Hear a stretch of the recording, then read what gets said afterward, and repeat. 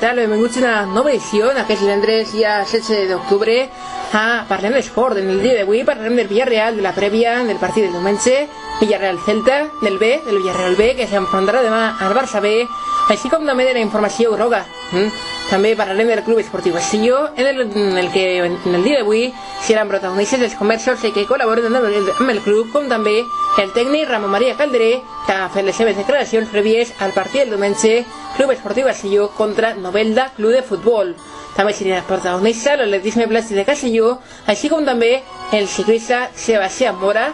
A banda, parlarem de tenis i de Copa del Rei. Comencem.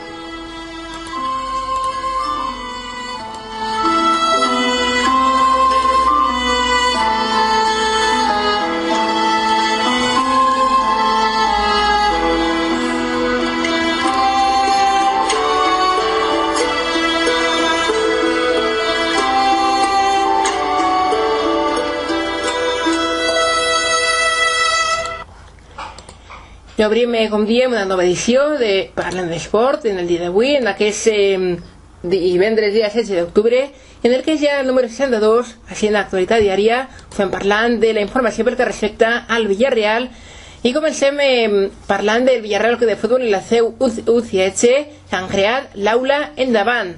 La finalitat és promoure la investigació i la formació en matèria de salut, educació i comunicació.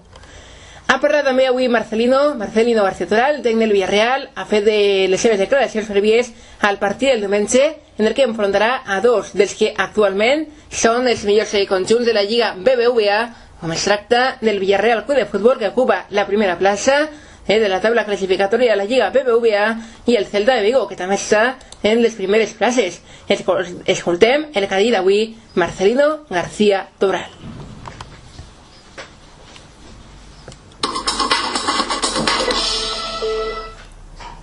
Teníamos el 50% de posibilidades de que nos tocara un segunda B o un segunda A. Han salido en segunda A y bueno, es un poco incómodo yo creo que el viaje. Pero bueno, te jugamos en un buen campo y también se agradece. Lo que, independientemente del equipo que nos haya tocado, nosotros tenemos que respetarlo al máximo y no ser uno de esos equipos que luego quedemos eliminados y que se nos califique de el rival pues dio la sorpresa eliminando al Villarreal. Queremos seguir en la competición lo máximo posible. Entonces, bueno, dentro de llegar lo más lejos posible, el primer rival nos toca al Huesca, y desde nuestro máximo respeto al rival, como el año pasado hicimos con el Cádiz, pues intentar pasar la eliminatoria. A nivel competitivo quiere decir que bueno, pues lo que nos pasó en el Levante fueron un cúmulo de circunstancias alrededor de un partido y durante un partido, y considerarlo que bueno, siempre es motivo de análisis, pero que seguimos en la dinámica positiva. Contamos con las altas de Denis, de Leo y de Cedric. Yo creo que esos tres jugadores van a ser alta al 100%. Adrián va a ser baja, casi definitiva, por no decir definitiva, y tenemos la duda de Bruno. Ya dependemos de nosotros para seguir manteniendo esa posibilidad y queremos hacerlo. Independientemente por eso, porque jugamos contra un rival directo, jugamos en nuestro campo, jugamos ante nuestra afición, venimos de una derrota. Yo creo que eso es una situación más que se da, el poder seguir siendo líderes. Yo sé que nosotros como cuerpo técnico no va a haber un sitio donde estemos mejor que aquí. Nos consideramos respetados, queridos, apoyados. Com escoltàvem, Marcelino es referia al rival de la Copa del Rei, també de les baixes que hi haurà. Per exemple, Adrián no podrà estar de cara al partit del Celta, com també ha parlat de la seva possible o no renovació, perquè ja saben que el 2016 conclou el seu contracte amb el Villarreal Club de Futbol. Per tant, està i damunt la taula el que serà del futur del que és actualment el tècnic del Villarreal, el tècnic asturià Marcelino García Toral. Bé, parlem d'altres temes, parlem de Copa del Rei.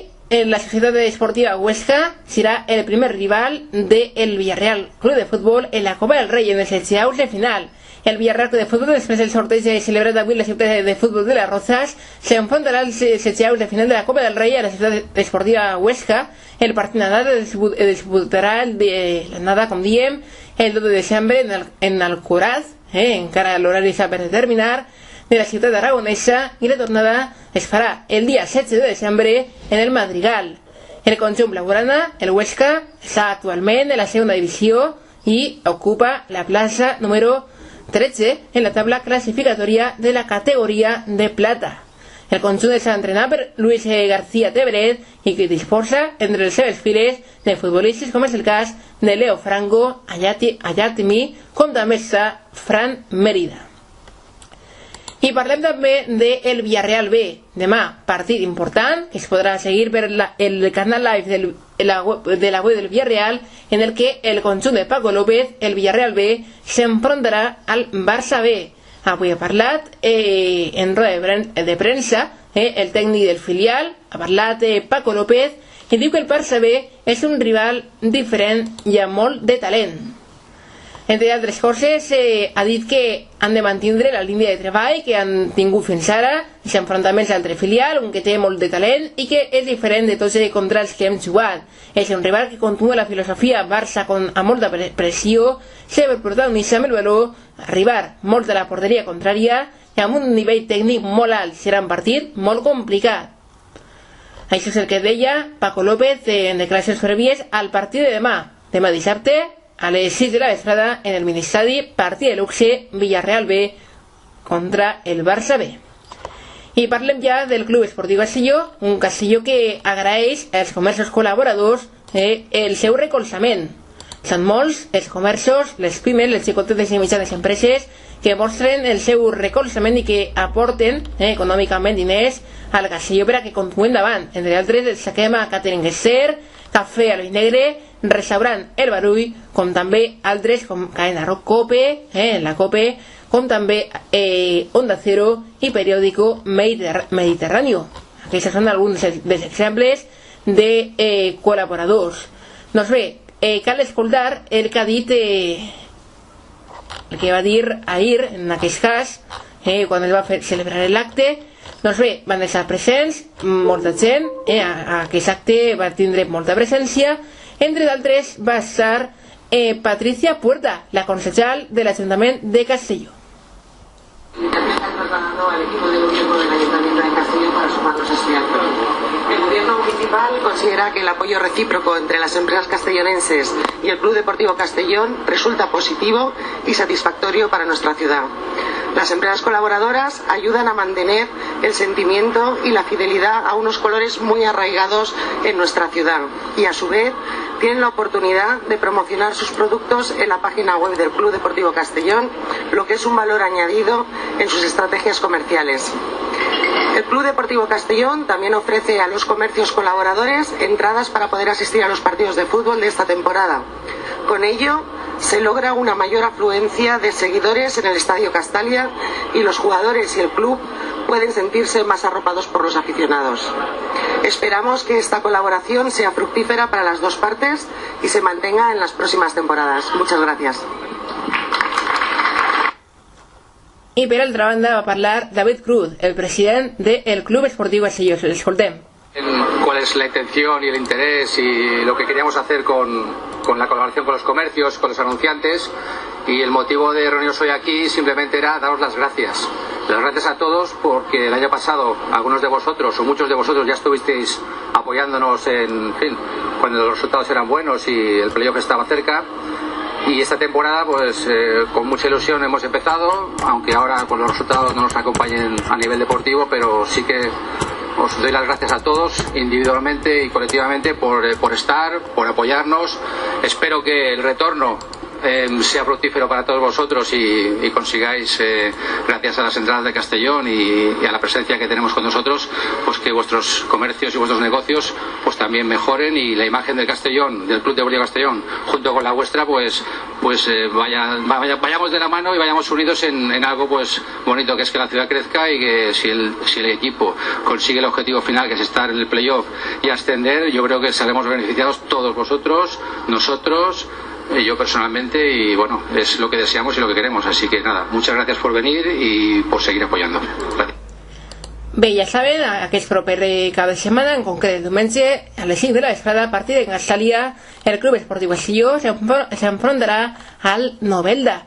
Doncs bé, dir-vos que el Novelda ocupa actualment la 8ª posició de la taula classificatòria amb un total de 14 punts. Dels 9 partits disputats, 4 victòries, 2 empats i 3 derrotes, mentre que el Club Esportiu Castelló està ara en la posició número 12 amb 10 punts dels 9 partits disputats, 2 victòries, 4 empats i 3 derrotes.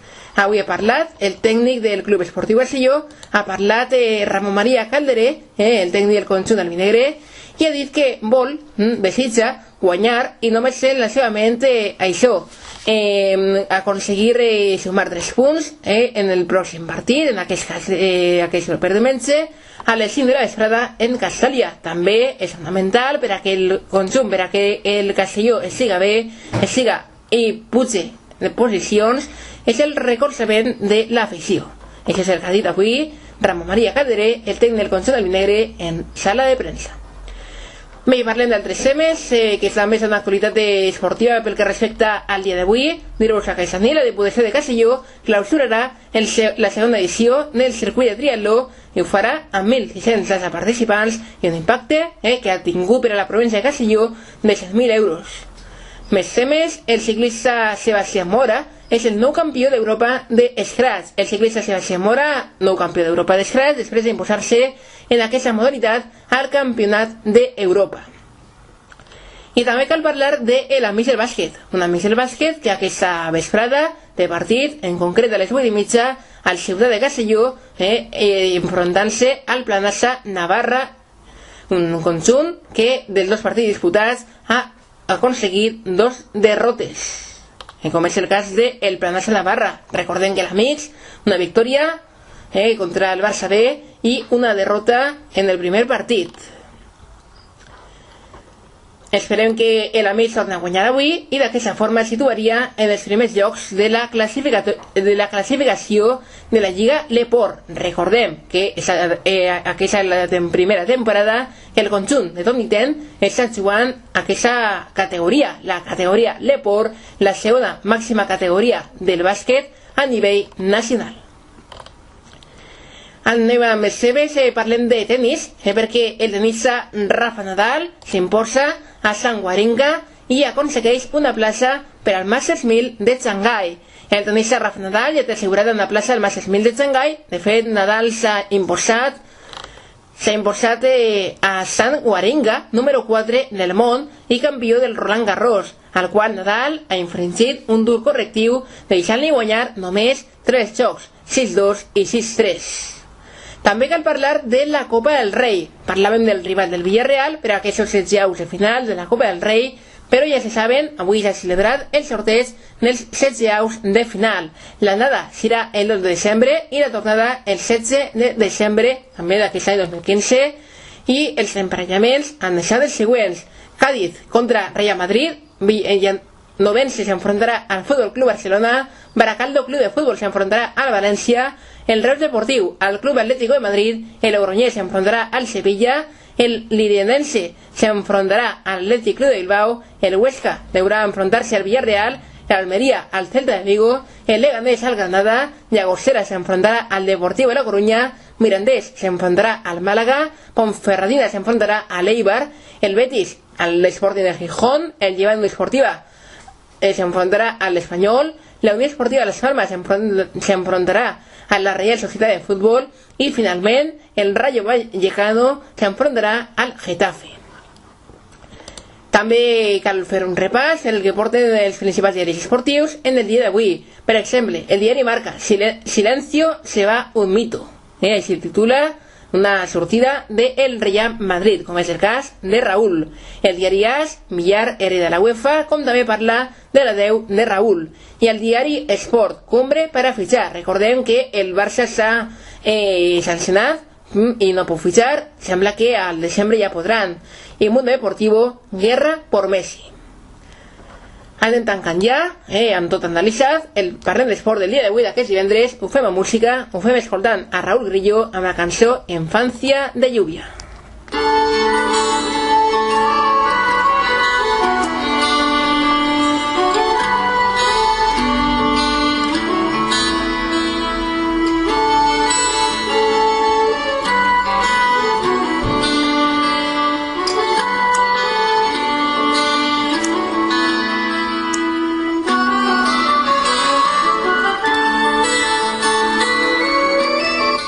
I abans de posar el punt final al programa d'avui, els diem quins són els partits d'aquesta jornada número 8 que es disputarà aquest cap de setmana pel que respecta a la Lliga BBVA, la Lliga de Primera Divisió. Demà hi ha un total de 5 partits. Real Madrid de Levante, a les 4 de la vesprada, a les 6:15 Eibar Sevilla, 8:30 Barcelona Rayo Vallecano, a les 10 València Màlaga i a les 10:05 de la nit el Real Betis enfrontarà al Espanyol. El diumenge també hi ha partits, entre altres el del Villarreal Celta, partit que es disputarà a les 12 del migdia. També Real Societat de Atlético Madrid a les 4, a les 6:15 Getafe Las Palmas i a les 8:30 Deportiva La Coruña Athletic Club de Bilbao. I per a tancar aquesta jornada número 8 pel que respecta a la Lliga BBVA, el dilluns a les 8:30 de la vesprada Sporting de Gijón s'enfrontarà al Granada Club de Futbol. Amb la cançó que sona, Infancia de Lluvia, una cançó de Raúl Grillo, tanquem el Parlem d'Esport d'aquest divendres 16 d'octubre. Res més, dir-vos això, aquesta vesprada, partit a més del bàsquet contra Granada Navarra. Demà, per exemple, hi ha el partit a banda de vòlei, l'Illa Grau s'enfrontarà al Mediterrani vòlei.